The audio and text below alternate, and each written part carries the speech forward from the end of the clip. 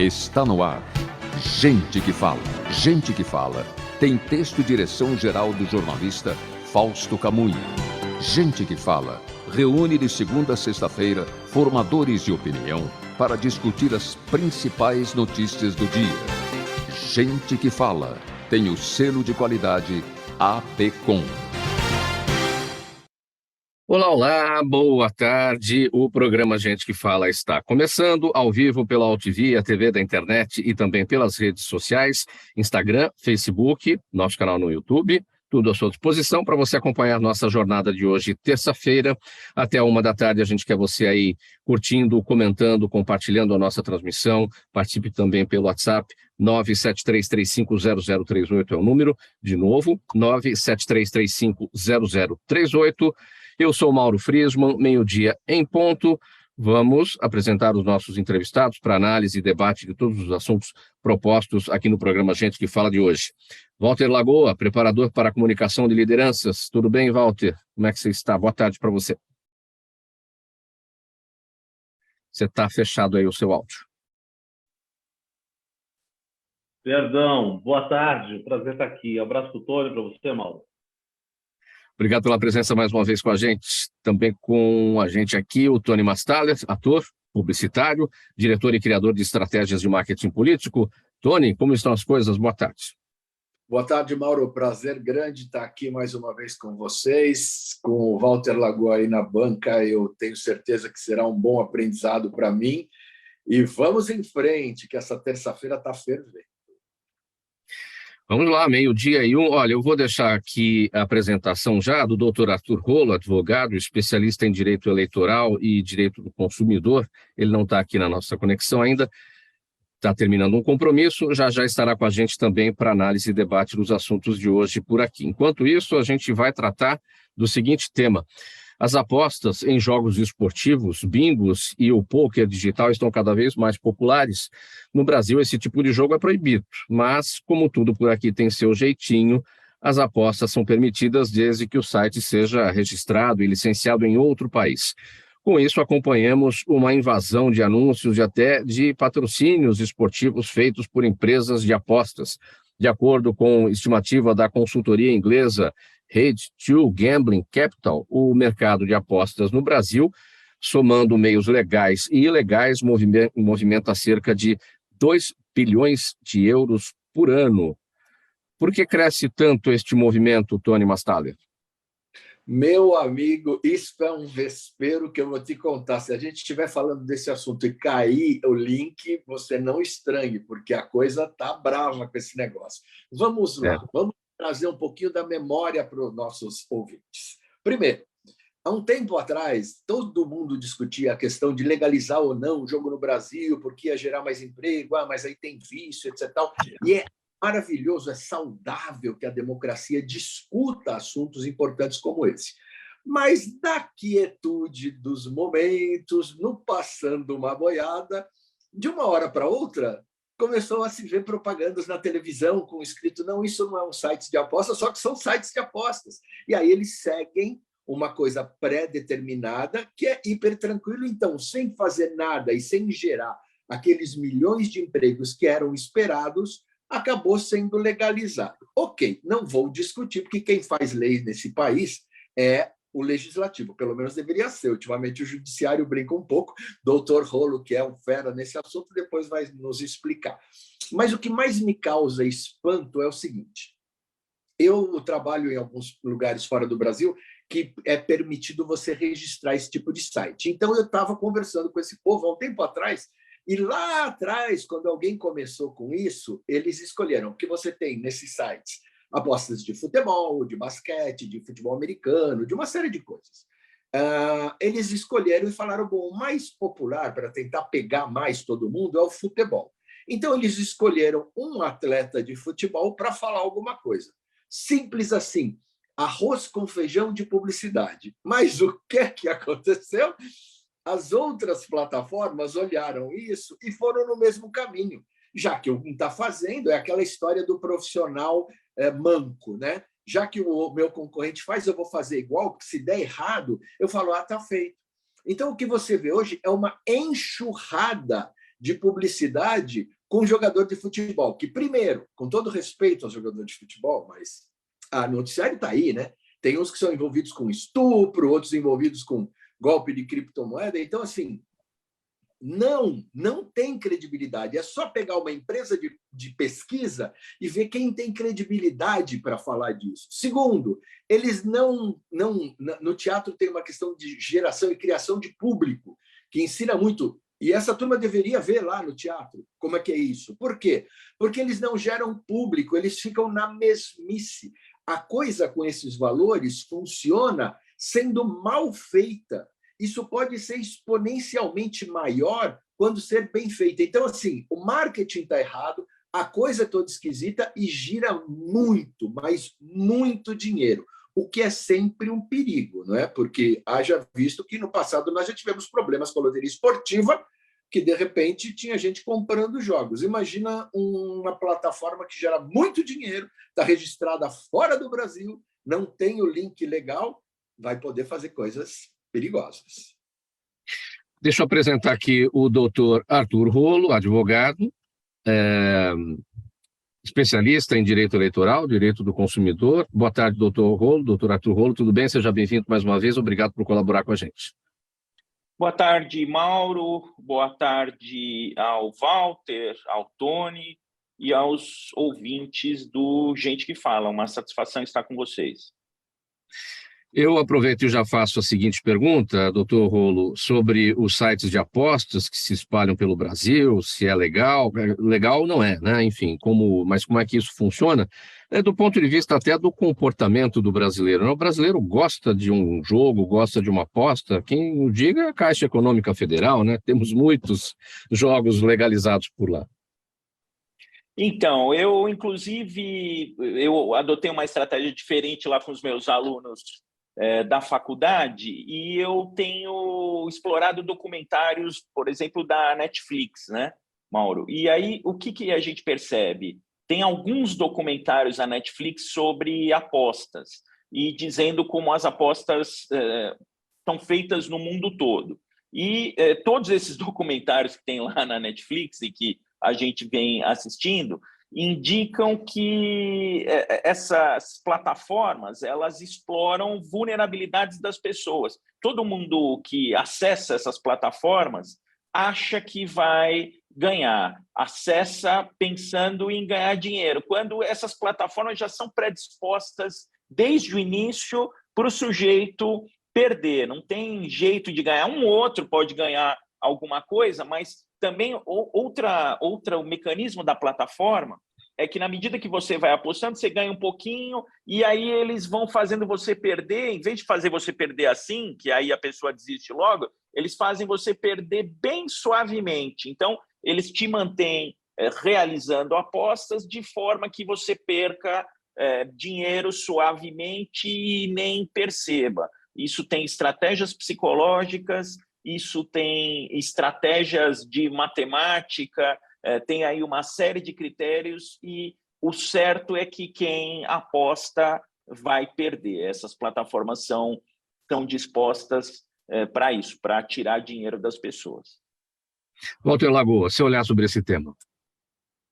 Mauro, não é uma resposta fácil, né? Tem uma questão de mudança de comportamento, como o doutor Rolo está falando, que é uma questão do avanço da tecnologia, do estudo da neurociência, do comportamento.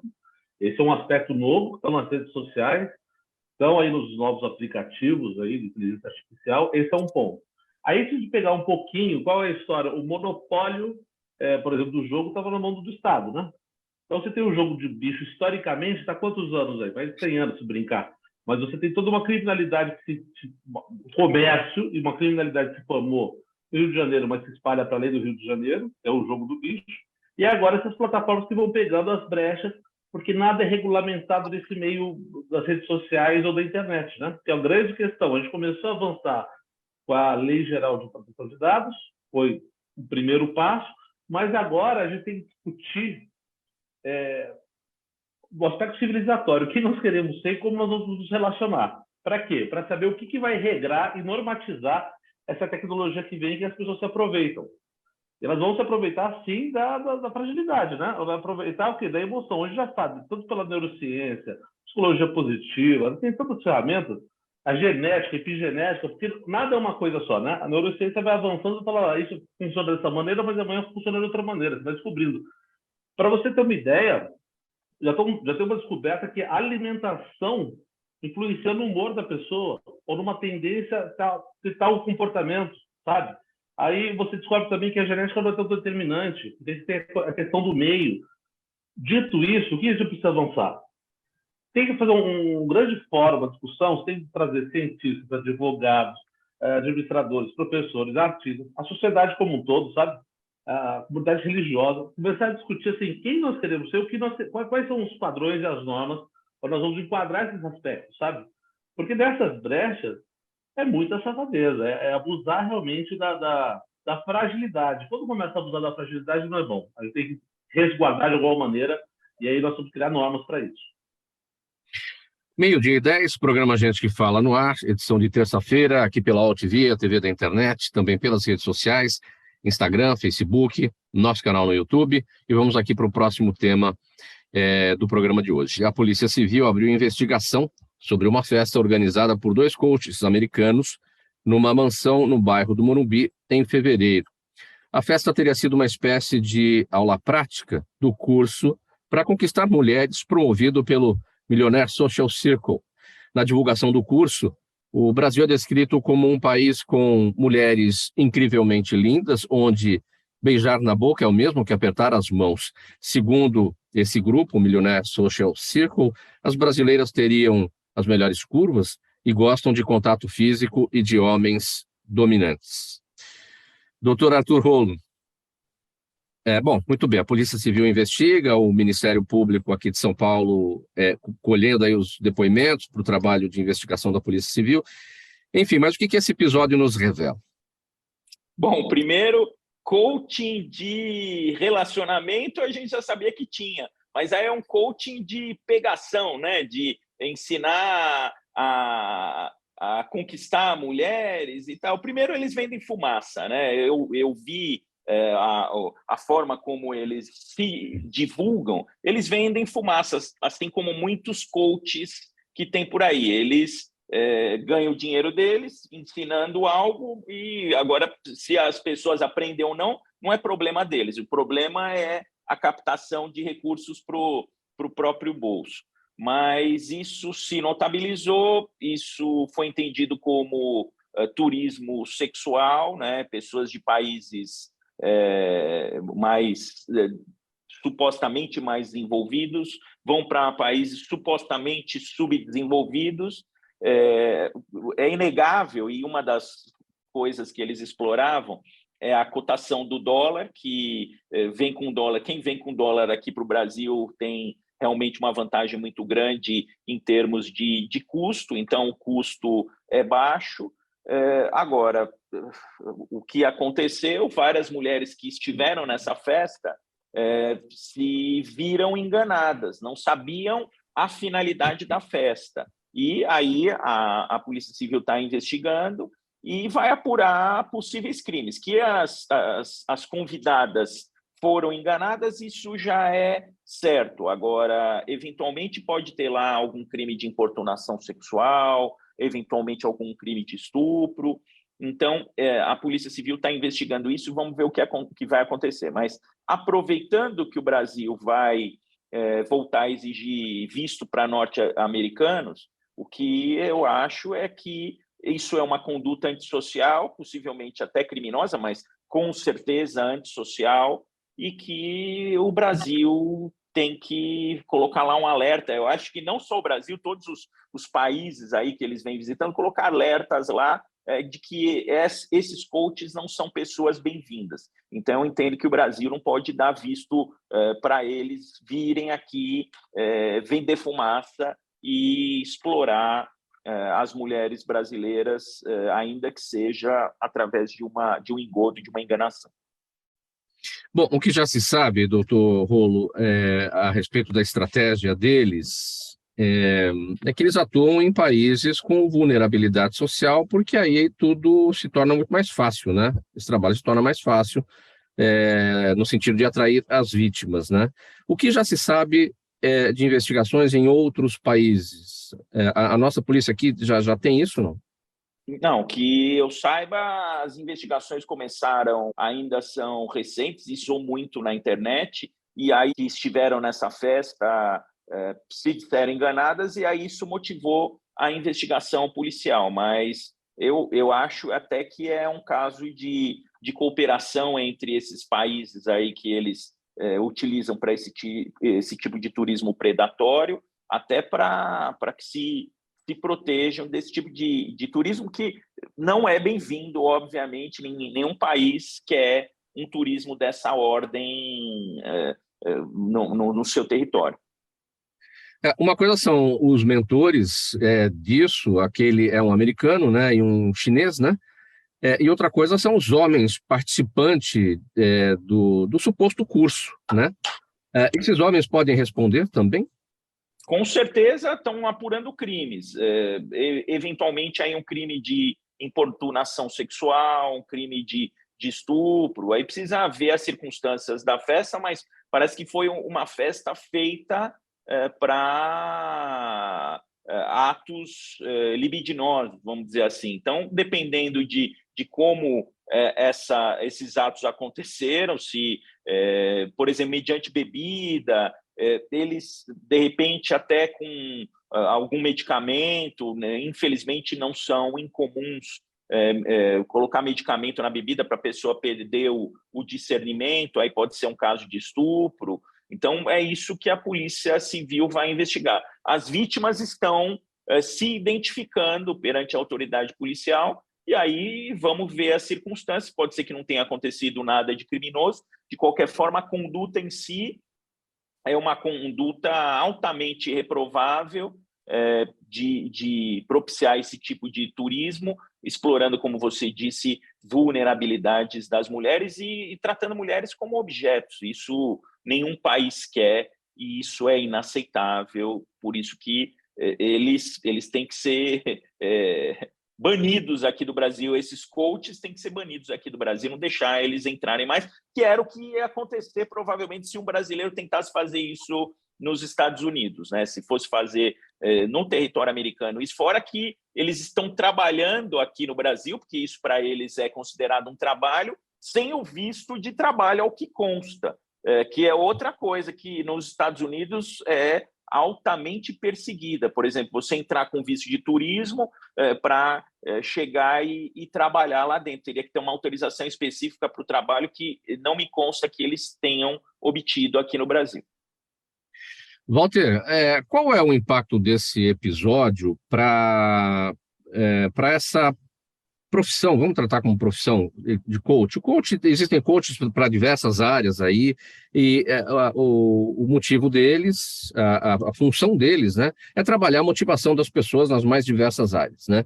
Então, e é por isso que existem coaches para tudo que é lado aí, para tratar diversos assuntos. Qual é o impacto disso para quem é coach hoje em dia e queima a imagem? O que acontece? Mauro, na verdade, hoje, por exemplo, seguindo as redes sociais, eu não sei nem por onde começar. Eu trabalho há 20 anos, mais de 25 anos com comunicação. De repente, eu vi um rapaz, de uns 20 e poucos anos, falando sobre comunicação, recomendando livros e falando o que devia ser feito em termos de oratória. Esse rapaz tem nenhuma experiência, mas ele se coloca como coach de comunicação, sabe? Se ele tivesse competência, tudo bem, né? Não é o caso.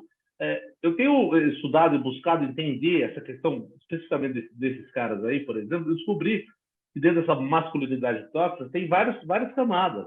Você tem aqueles jovens que são os gamers, que são isolados, não tem uma relação social, tem dificuldade de se relacionar, que normalmente é um público que também está ali, ou homens que não conseguem de jeito nenhum, aí já não são os gamers, mas mais velhos, já não faz 30 anos também tem problemas de relacionamento, e no fundo todos eles problemas de afetividade, né? Então, tem alguns que negam a mulher, tem uns que querem se relacionar, mas só sexo, e acham que tem uma hierarquia. É a história do rapaz do Campari também, que viralizou, né? Que depois até ameaçou uma atriz de morte.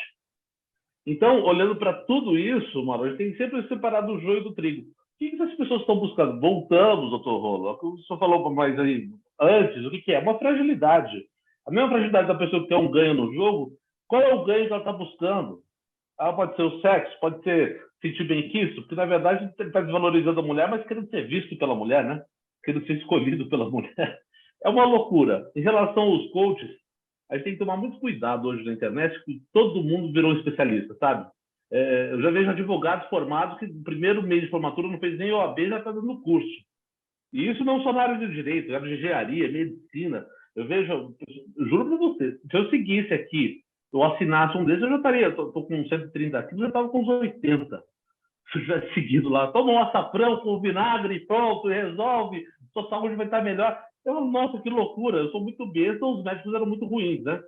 Essa questão da facilidade, que aí vai definir se o coach é bom, o profissional é bom ou não, é coisa do milagre, sabe? Você vai emagrecer amanhã, você vai ter a mulher amanhã, vou resolver seus problemas psicológicos. Essa facilidade, essa urgência que todo mundo tem, é o canal que define o bom profissional do mau profissional.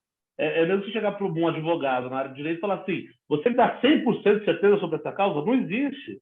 Porque tem condicionante, qual é o juiz, qual é o dia, que vai... Tem uma série de coisas que você não consegue, não é uma coisa, não é uma matéria fechada. Assim eu estou falando a ideia do comportamento e do produto. Então, voltando aí para o coach, pensando, tem muita gente boa, né? Tem para além da formação do coach. Aqui o coach virou uma coisa reducionista. Eu fiz o curso de coach, sabe qual era a promessa deles? Que em 3 dias ou 5 dias eu teria uma profissão que eu já começaria ganhando R$6.000. Pô, isso não é sedutor? Então não precisa nem ter curso superior. Você faz 6 dias, você vai ter uma profissão que de saída você pode ganhar R$6.000. Olha como as pessoas vendem os produtos, sabe? Existe uma irresponsabilidade que me tira do sério. Sinceramente, no caso específico desse americano aí com o chinês, enfim, eu queria cruzar com eles na rua, sabe? Só para dar um oi. Ter vontade de dar um tapa na cara, porque é um absurdo, é violento que ele fala, é violento. Tony Mastaller, se olhar sobre esse nosso tema, esse episódio aí que coloca a mulher brasileira aí na linha da exploração. Sobre o tema, me fez lembrar a época, e o bom de envelhecer é isso, né? Eu olhei um dia e vi em São Paulo uma escolinha de futebol. Eu fiquei olhando e falei, meu Deus do céu, escola de futebol? Por quê? Porque eu sou da geração que com 5, 6 anos de idade você estava na rua jogando futebol. Então não existia escolinha de futebol. Hoje já tem, então, 2 malandros tentando...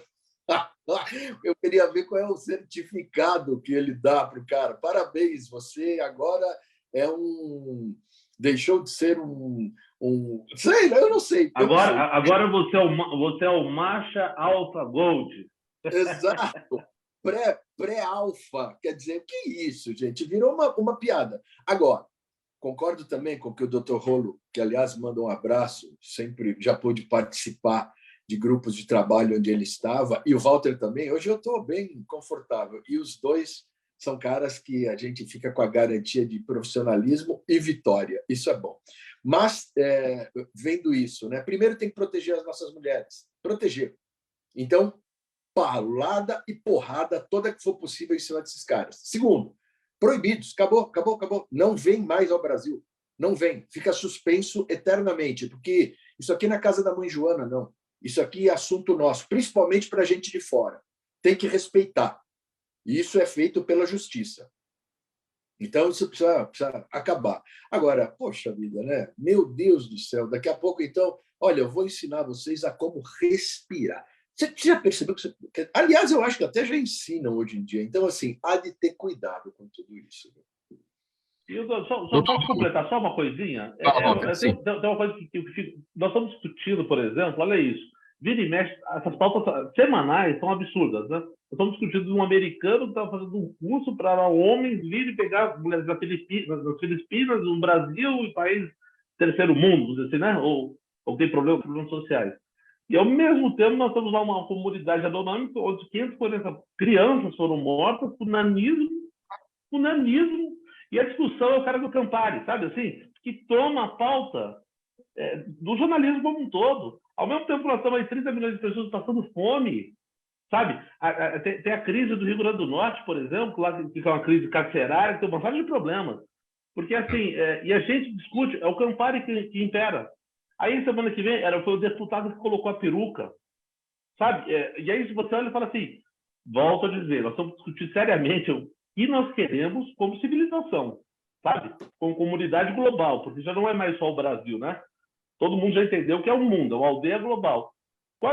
Qual vai ser a nossa conversa daqui para frente? O que nós temos que buscar? Sabe? E aí eu acho que é o seguinte, tem que ter tolerância zero. É igual com bullying. Bullying, você não conversa com quem faz bullying. Tolerância zero. Você não tem que mediar algumas relações absurdas. Viu absurdo, você vai lá ao peso da lei. Simples assim, sabe?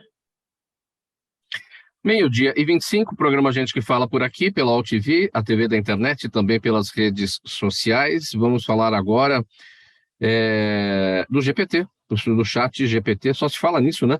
Na verdade, o uso da inteligência artificial é cada vez maior em todas as áreas, sem que as pessoas nem mesmo percebam sua presença. Mas assim como a inteligência artificial pode trazer muitas vantagens, como praticidade, velocidade e qualidade, também esbarra em questões éticas, morais e sociais e pode oferecer riscos caso seja usada irresponsavelmente. O que deveria ser óbvio, mas parece que não é.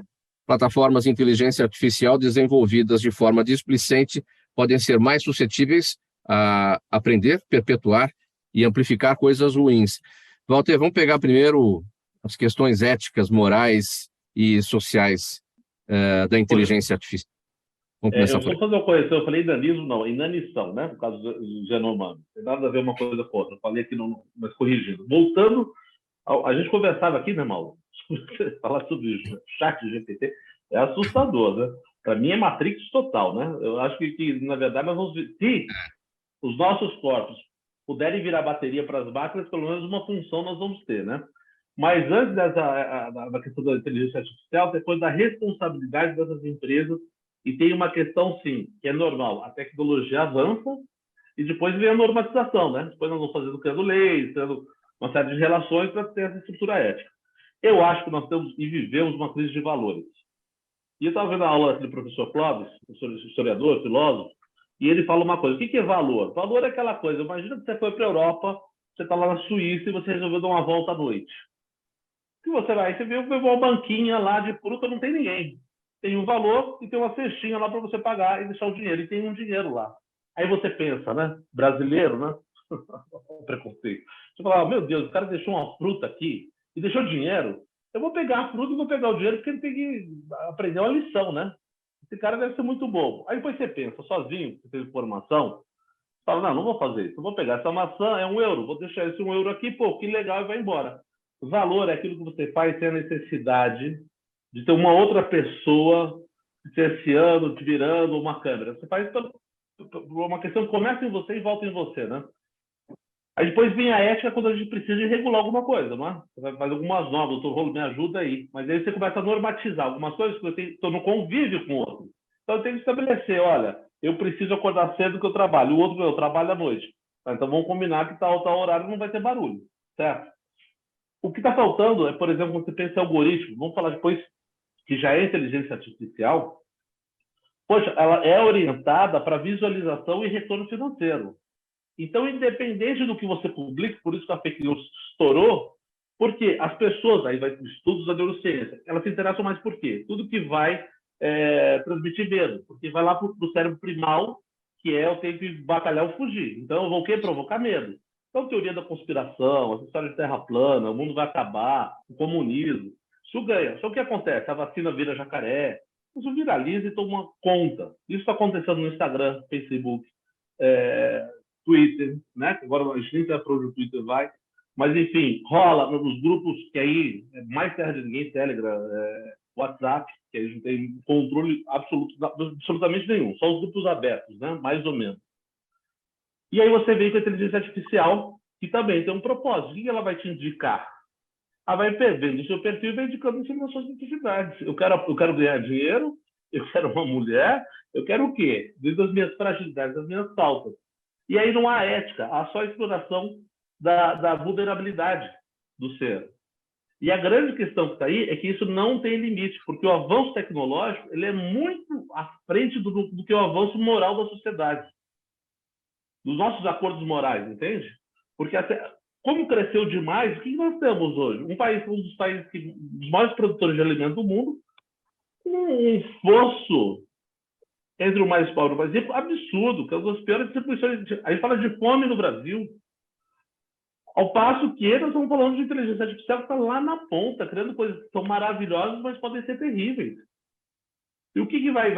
A gente descobriu agora, por exemplo, que o governo tinha comprado lá um aplicativo israelense que permitia você entrar em qualquer celular do Brasil, podia até fora da nossa fronteira, e saber onde você estava fazendo, onde você estava andando. Dizem que até pode acessar sua câmera, seu microfone. Ou seja, tem alguns limites aí que a gente tem que discutir, desde a segurança e éticos de valores. Assim. O que nós vamos permitir e até onde vai permitir. Porque daqui a pouco eu entro lá e eu estou produzindo texto. Eu vi algumas experiências nesse sentido. Escreve um texto para mim sobre, sei lá, direito eleitoral. Vai lá, já tem, faz um monte de coisa. Ainda ele é meio confuso. Mas daqui a pouco não tem nem como saber de onde está vindo, qual é a fonte. Walter, o ChatGPT não tem um concorrente, né? Você acha que precisa? O que pode acontecer se tiver um concorrente dele? Eu não tenho a mínima ideia, Mauro. Eu estou assustado. Eu estou absolutamente assustado. Eu entrei aqui, eu tive medo até de mexer, sabe? Assim, parecia uma coisa do outro mundo. Estava na caixa de Pandora, eu falei, o que pode vir daí? Eu também. Mas, assim, Fiquei se você acha... aqui. Já chegou para o comércio, você imagina em qual versão estão. Essa é a primeira versão que se solta. Mas, na verdade, está lá na frente. A gente não tem nem ideia. Eu estava vendo outra coisa que é mais assustadora. Um programador. Ele pede, faça uma programação para mim em tal coisa. O aplicativo faz, sozinho.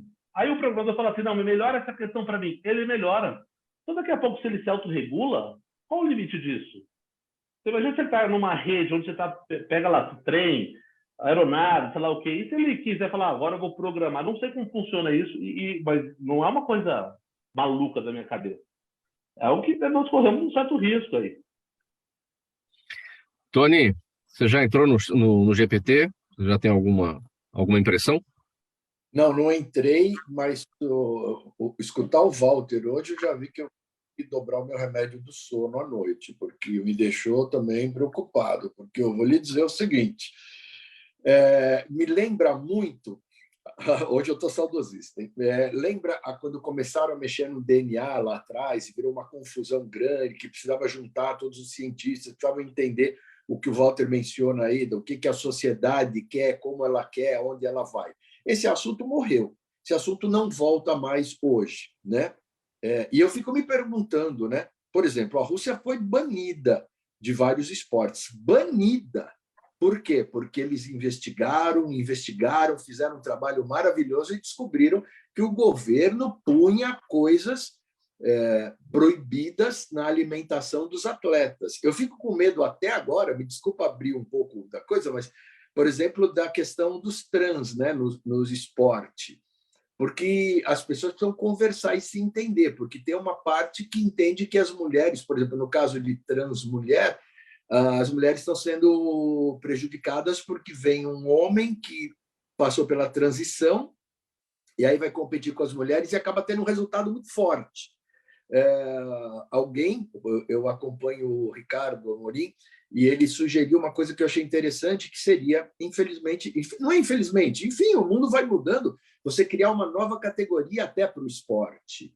Porque... É isso que acontece, por exemplo, Tony, com o paraesporte, né? Com os paratletas. Eles categorizam, porque se um tem 2 pernas, o outro tem 2 braços, eles têm que categorizar o esporte. Eu acho que é possível categorizar, e não é uma segregação, mas é uma questão de igualdade de condições para competir. E isso é biológico, ele não é discriminatório, né?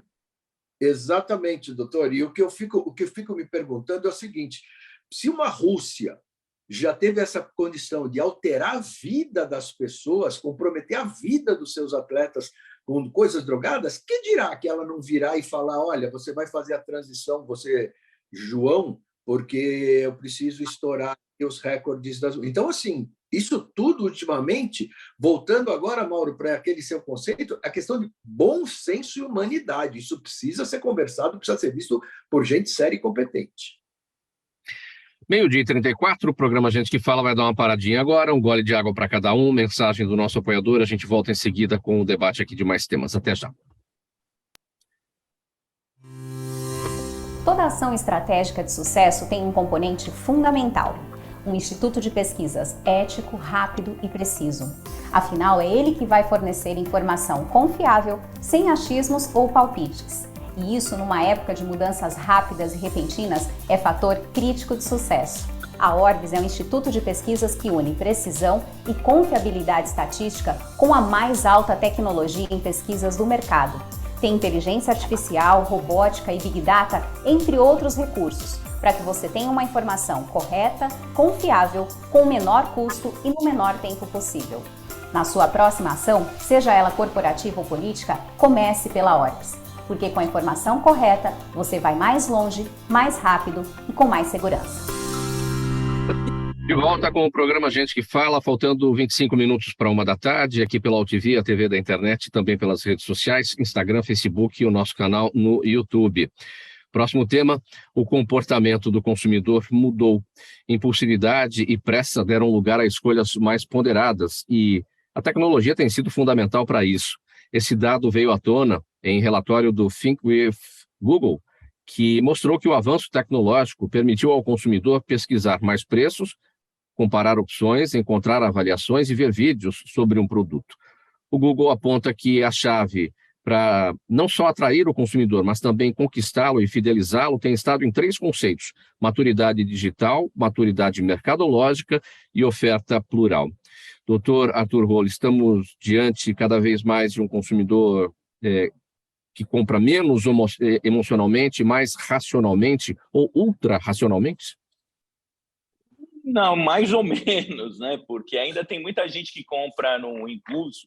Eu acho que a pandemia acabou ajudando todo mundo a perceber que pode-se viver com menos, pode-se viver comprando menos e gastando menos. Eu acho que a pandemia mostrou para muita gente o que realmente é importante. Mas, Mauro, ainda tem muito consumidor superendividado. Hoje, um dos grandes problemas do direito do consumidor é o superendividamento, e parte desse superendividamento diz respeito a compras no impulso, a compras sem reflexão, a compras de produtos desnecessários, ao famoso consumismo. Eu acho que a gente vem melhorando. O código aí fez 32 anos de vigência, o Código do Consumidor, e a gente percebe que nesses 32 anos muita coisa melhorou. As pessoas estão mais conscientes, e a gente estava falando aí do ChatGPT, que preocupa, e eu também, enquanto professor universitário, a questão, por exemplo, de você dar um texto escrito para alguém produzir já não tem mais sentido, porque antigamente tinha problema de plágio, tudo, aí a gente tem softwares e identificadores de plágio, mas aí vem o ChatGPT e consegue produzir textos sem plágio, e aí fica impossível de controlar. Então, tem a tecnologia que modifica a nossa vida para o bem e para o mal, e a gente vai ter que se adaptar a isso. Em matéria de consumo, eu, por exemplo, sempre fui avesso a compras pela internet. É muito mais fácil, muito mais cômodo. Você, por exemplo, você compra uma televisão pela internet, você não precisa enfiar dentro do carro, correr o risco dela quebrar no meio do caminho. Chega na tua casa, de repente você já pode comprar e já contratar a instalação, já fazem tudo, uma comodidade muito grande de pesquisa de preço. A gente sabe exatamente o preço mais barato para a gente pagar, não precisa ficar indo em várias lojas, em shopping, perder um tempo danado. Então, a gente consegue ter, por exemplo, tutorial dos produtos, entrar na internet, saber, por exemplo, hoje a gente está falando de tecnologia, né? Eu tenho uma dificuldade muito grande, por exemplo, de comprar televisão. Tem N modelos de televisão, tem uma OLED, outra QLED. Hoje a gente consegue saber a diferença pesquisando na internet, vem tutorial para saber se aquele produto realmente é bom, vale a pena ou não. Então, é uma facilidade muito grande. Tem consumidor que usa, quem usa acaba pagando menos, comprando realmente o que precisa, comprando aquilo que realmente vai atender a sua necessidade, mas tem gente, muita gente ainda que compra no impulso, se superendivida e ainda não lança a mão dessa boa tecnologia a seu favor. A experiência de compra hoje em dia, não é, doutor Rolo, é completamente diferente da época em que o Código de Defesa do Consumidor surgiu. Considerando esses dois universos, aqueles que têm acesso à tecnologia, possibilidade de pesquisa, comprar sem sair de casa, o Código de Defesa do Consumidor acaba se tornando mais eficiente para esses do que para aqueles que ainda vão às lojas físicas, que têm uma maior dificuldade de fazer a pesquisa de preços e aí correm o risco maior de não terem os seus direitos de consumidor sendo respeitados? Está faltando ainda, Mauro, a adaptação do código às compras pela internet. Hoje, essas compras pela internet, embora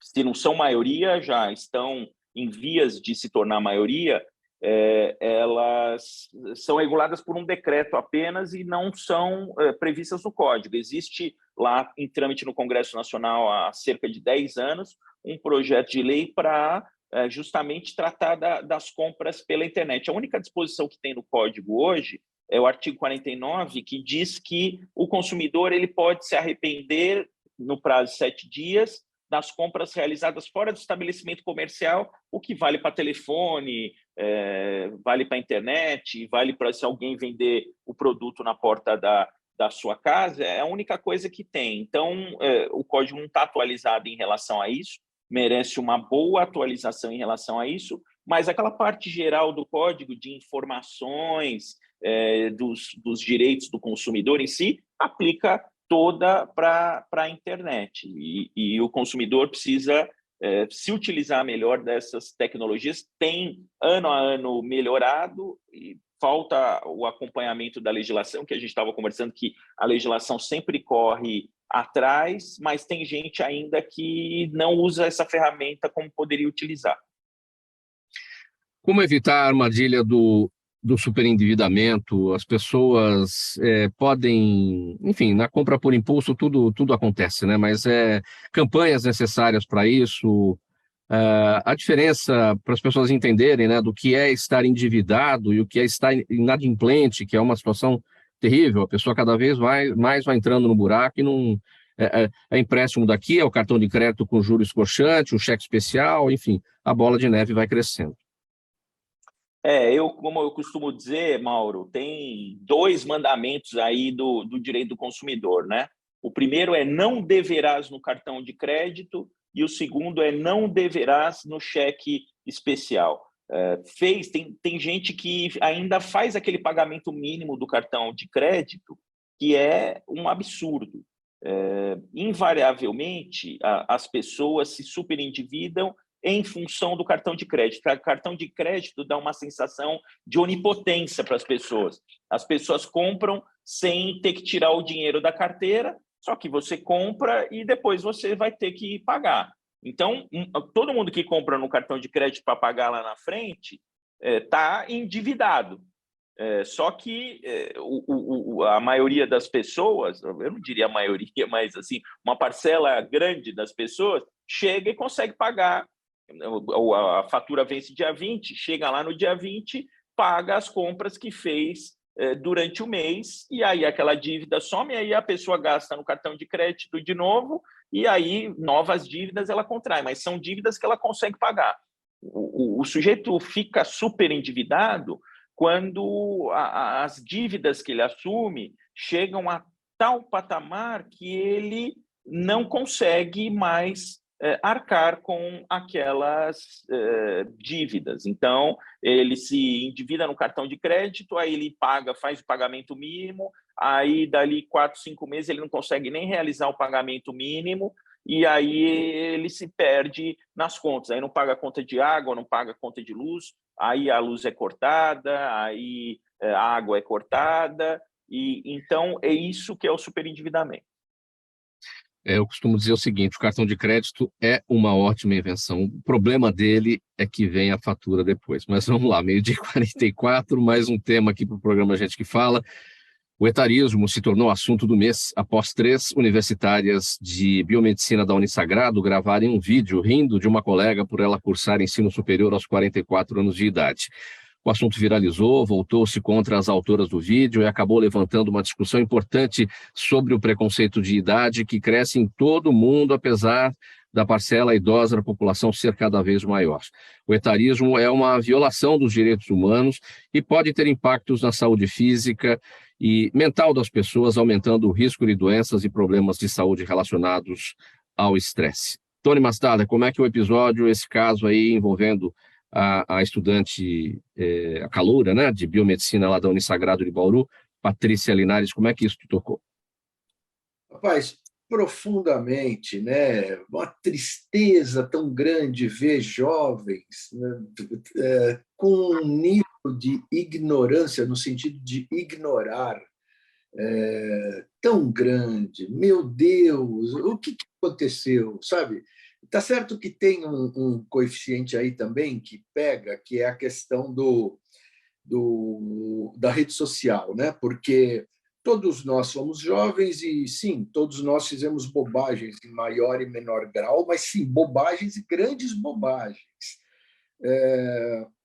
Mas essa nova geração vai ser obrigada a saber que agora existe essa explosão de coisas, as pessoas vão... Então, eu acho, às vezes, até que essa ferramenta da rede social vai forçar o mais jovem a melhorar como pessoa. Eu, pelo menos, tenho essa esperança. Foi muito triste ver porque elas revelaram para o mundo quem elas são, né? Então, assim, eu vi temas e eu vi textos assim que chamavam-nas de escarro da sociedade, que serve para guardar o pó, mas quando é percebido, é cuspido fora. E é meio um pouco tudo isso, né? Quer dizer, elas acabaram fazendo uma brincadeira boba, idiota, de mau gosto, mal educada, mas ela se torna pública e aí todo mundo viu aquilo. Antes de tudo, antes da grosseria, da falta de informação, da falta de educação, é uma desinformação, né? Porque você está caminhando, se Deus permitir, para ficar cada vez mais experiente e mais velho. E aí você já está se esculhambando lá na frente. Antes de tudo, uma ignorância, né? Parabéns para essa aluna 40 a mais que se manteve firme. Elas, eu já tenho informação pelos noticiários que elas saíram da faculdade, não aguentaram o tranco do que fizeram. E só é uma tristeza. O ser humano precisa refletir um pouco mais o que ele torna público. E é por isso. Nós tratamos desse tema aqui ontem, Tony, recebemos a Vanessa Palazzi, ela é criadora, autora do site Mulheres de 40 Mais. Ela destacou aqui que faltou um pedido de desculpa, um pedido de retratação por parte das jovens. Elas não vieram ao público. Eu emiti até a minha opinião aqui, dizendo eu quero crer que o que elas fizeram tenha sido uma infelicidade mesmo, e não um desconhecimento da história em relação à luta da mulher, o quanto a mulher tem batalhado ao longo da história da mulher, enfim, para chegar onde ela chegou, né? Que isso não seja uma falta de conhecimento e que não seja uma falta de educação partindo de casa, né, do próprio berço.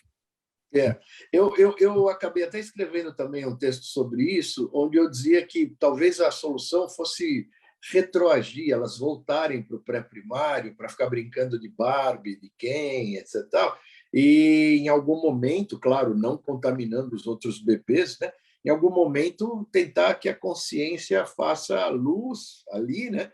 Mas assim, eu acho que é um retrato de um ser humano que está doente e que precisa falar com ele mesmo, porque assim vai mal, vai muito mal.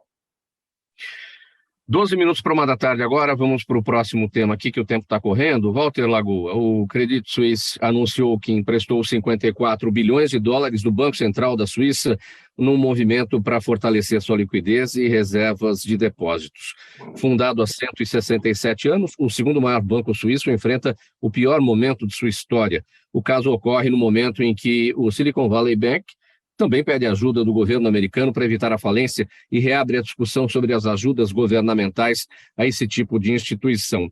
Destacar aqui também que o banco suíço, acho que é UBS, né? Vamos falar em inglês aqui, no domingo anunciou a compra do Credito Suíço por 3 bilhões 230 milhões de dólares, algo em torno de 17 bilhões de reais.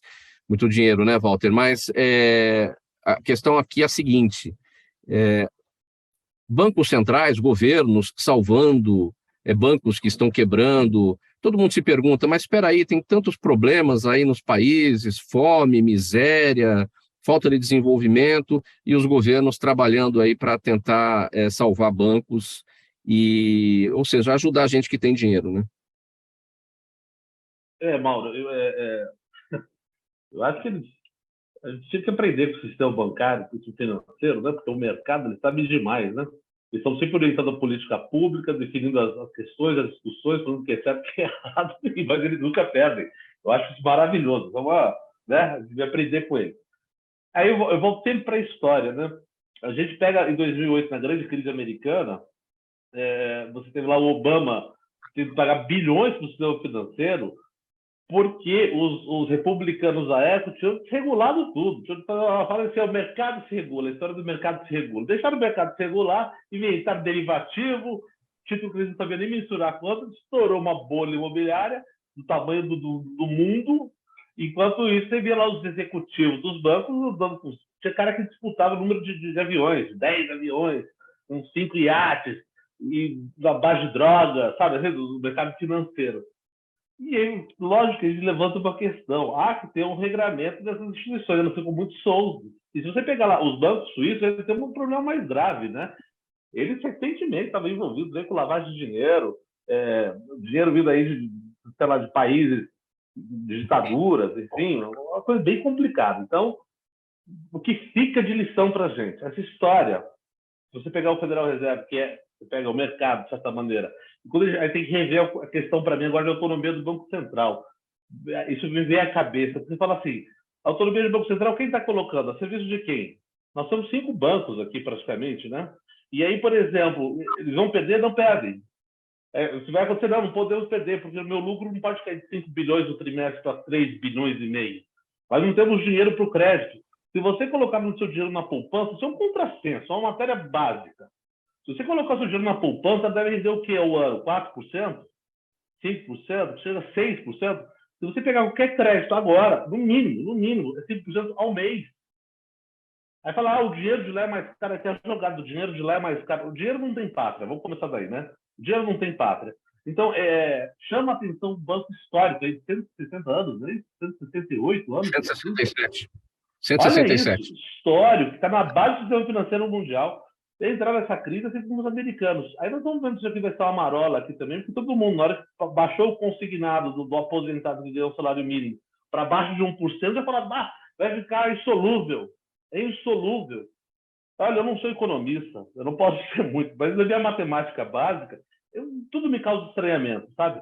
Esses valores absurdos, aí o país tem que recorrer, dinheiro do Estado para socorrer esses bancos, essa é a regra geral, porque o banco por si só nunca vai à bancarrota, nunca é entregue, né?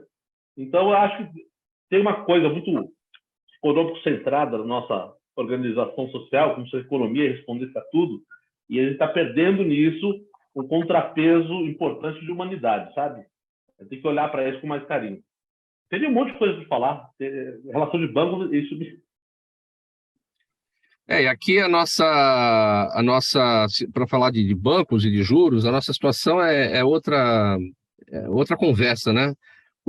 A taxa Selic a 13,75, que é um absurdo, como disse o presidente da Fiesp ontem, são juros pornográficos, e não cai, já está demonstrado que a inflação não... porque os juros altos são colocados até para desencorajar o consumo e combater a inflação, mas não temos consumo, não temos demanda, e os juros continuam altos, né? Até o Nobel de Economia falou sobre isso, né? Falou, já não tem mais provas que você aumentar juros, você diminui o consumo e você combate a inflação. Isso já é uma fórmula antiga que não funcionou. E a gente insiste nisso na coisa do mercado, né? O mercado falando, olha o mercado, ele se regula tão bem, Ele tinha uma carteira de 1 trilhão e tem quantos bilhões de dólares? 1 trilhão e 300 bilhões de dólares. Aí fala, para onde foi esse dinheiro? Cadê o dinheiro que estava aqui? Bom, gente, olha, 6 minutos para 1, vamos para as perguntas da nossa audiência. Doutor Arthur Rolo, Ana Maria Cabrini no Facebook, ela quer saber se é legal uma loja não permitir a troca de produtos comprados numa liquidação.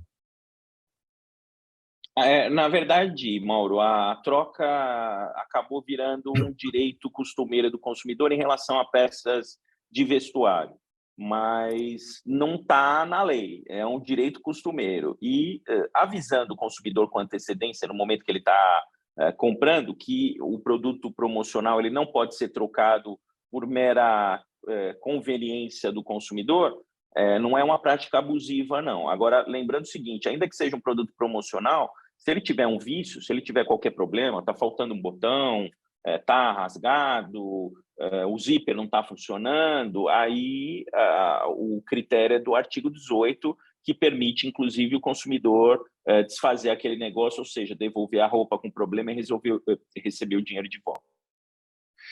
Aí funciona bastante a camaradagem, não é, doutor Rolo? A liberalidade ali do comerciante, do lojista. Olha, é liquidação e eu não vou impor nada. Não tiver algum problema, pode trazer que troca. É uma forma de fidelizar o consumidor, né? O fato, a lei é piso. A lei é piso. O que o consumidor obtiver do fornecedor vai, com certeza, fidelizar esse consumidor. Tony, a Daniela Neves está no YouTube. Ela quer saber como uma pesquisa que aponta que 57% dos eleitores gostariam de votar em uma terceira via, se aí nas últimas eleições menos de 20% fizeram essa opção. Aí outra pergunta dela, o problema está na falta de bons candidatos nessa terceira via? E aí eu vou perguntar o seguinte, em cima aqui da Daniela Neves, as pessoas sabem o que é a terceira via, né? Esse nosso caldeirão é sempre muito doido. O que está acontecendo? Você gerou uma quantidade de eleitores nessa eleição que não estão satisfeitos com o resultado que aconteceu, mas também não se localizaram representados por candidatos na eleição passada. Então, você vai ter números muito estranhos. Já algumas pesquisas mostraram, inclusive, uma insatisfação com o atual governo federal muito grande. Poxa vida, mas ele acabou de ser eleito. Sim, mas essa coisa é dinâmica, é viva. E a gente tem um país polarizado, lamentavelmente. Existe uma porta ainda, a terceira via está muito desmoralizada com questões da Simone e do Moro. Então, assim, não existe uma representatividade, e se não se movimentar a partir de agora, não existirá na próxima eleição. E isso tudo é muito triste para o nosso quadro eleitoral, quadro político, porque ficar nessa polarização, sinceramente, já deu faz anos, né? Precisamos andar para frente e pensar outras coisas. Mas, lamentavelmente, a gente tem uma turma de insatisfeitos muito grande. Será que a gente não ganhou um quadro muito parecido com a tradicional política norte-americana? Você tem a extrema-direita e a esquerda, que não é esquerda, ali é o centro, né, democrático, enfim, né? E a gente pode ser que esteja vivendo isso e aí não sai mais disso. Então, sim, mas veja bem, a gente não tem o mesmo perfil que eles lá. Então, o nosso panorama ainda está muito aberto a aventureiros, a ventanias, a chuvas e trovoadas, a, de repente, mais um salvador da pátria e mais uma coisa. Quer dizer, parece que a gente ainda não amadureceu. Walter, o Jaime do Jardim Bonfilholi, aqui em São Paulo. Obrigado, Jaime, aqui pela pergunta. A inteligência artificial poderá ser utilizada para o preparo de comunicação para lideranças? Que é o seu negócio, né? Sem dúvida nenhuma. Eles vão acabar comigo. Vão acabar com a minha profissão, vão acabar com os advogados, médicos. Se eu pensar que eu sou um consultor, dependendo de como você vai consultar numa base, né? O cara tem a resposta. O que é um bom advogado ser um bom médico, né? Mas a inteligência artificial não pode acabar com a inteligência natural do Walter Lagoa. Não pode, mas ela vai usar, né? Ela vai pegar tudo que eu já produzi, vai fazer uma leitura rápida, vai compilar e vai ser melhor do que eu. Não vai faltar o contato, né? Mas sem dúvida nenhuma, porque quando você fala de comunicação, você fala de modulação de voz, você fala de expressão, você fala de organização de discurso. Tudo isso pode ter um parâmetro, você pode mensurar isso. Então, é possível você já criar algumas coisas e vão alinhar para ver se a sua expressão está alinhada com a sua fala, se está com o seu olhar e com o seu texto, até com o conteúdo. É possível, porque se você criar os parâmetros, você vai criar algo que possa auxiliar a pessoa a desenvolver a comunicação. Walter Lagoa, sua despedida em 5 segundos. Um abraço, doutor Rolo, Tony, foi um prazer também, Mauro. Eu quero dizer assim, eu estou muito assustado com a tecnologia, mas assim, não precisamos assustar tanto, né? Então, ficar atentos e aí começar a regrar algumas coisas para saber que sociedade nós queremos. Obrigado. Tony Mastalli, 5 segundos, sua despedida. Está fechado o seu áudio.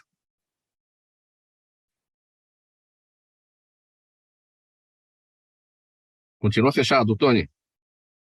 Enquanto isso... vai lá, Tony. Tomou um banho aqui. Um abraço, Mauro, doutor Rolo, Walter, prazer muito grande estar com vocês. Aprendi muito. Muito obrigado, viu? Doutor Arthur Rolo, sua despedida, 5 segundos. Um abraço, Mauro, Walter e Tony, e até a próxima.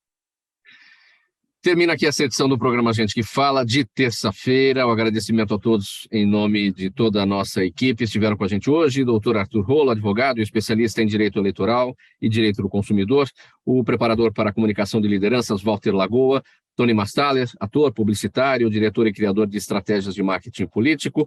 O programa Gente que Fala é a realização da ABCom, na técnica da AltV, o Sérgio Oliveira. Valeu, Sérgio, aí pelos trabalhos de hoje. Apresentação minha, Mauro Friesman, pauta e redação Pedro Schiavon, Zenilda Salvato, nossa diretora de produção, Fausto Camunha, jornalista Fausto Camunha na direção geral do Gente que Fala, na AltV a direção geral é do Alberto Luchetti, e você aí do outro lado, espectador, internauta, a razão da nossa presença aqui todos os dias. Obrigado pela audiência, 1h, 1 minuto. A gente volta a se falar amanhã a partir do meio-dia, aqui pela AltV e pelas redes sociais. Um abraço a todos, boa tarde, tchau, tchau.